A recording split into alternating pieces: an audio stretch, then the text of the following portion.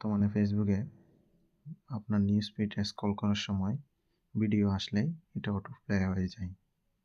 তো এটা অনেকেরই বিরক্ত লাগে। আপনি চাইলে এই অটো প্লে ভিডিওটা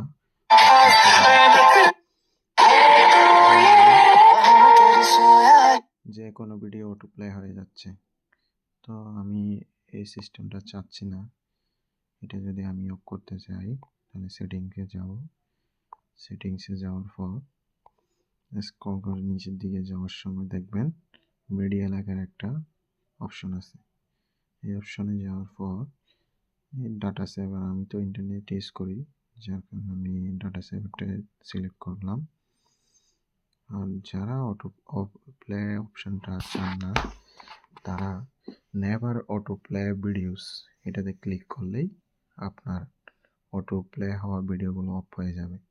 আপনি স্ক্রল করলেও আপনার সামনে যদি কোনো ভিডিও আসে তাহলে সেটা প্লে হবে না। আপনি যদি প্লে করতে চান, ভিডিওটা দেখতে চান, তখন ভিডিওটা চালু হবে। এই দেখেন, এখন আমি তাই ক্লিক করলেই ভিডিও দেখতে পারবো। কিন্তু যদি এই অপশানটা আমি চেঞ্জ না করি তাহলে ভিডিওটা অটোমেটিক প্লে হয়ে যাবে। ধন্যবাদ।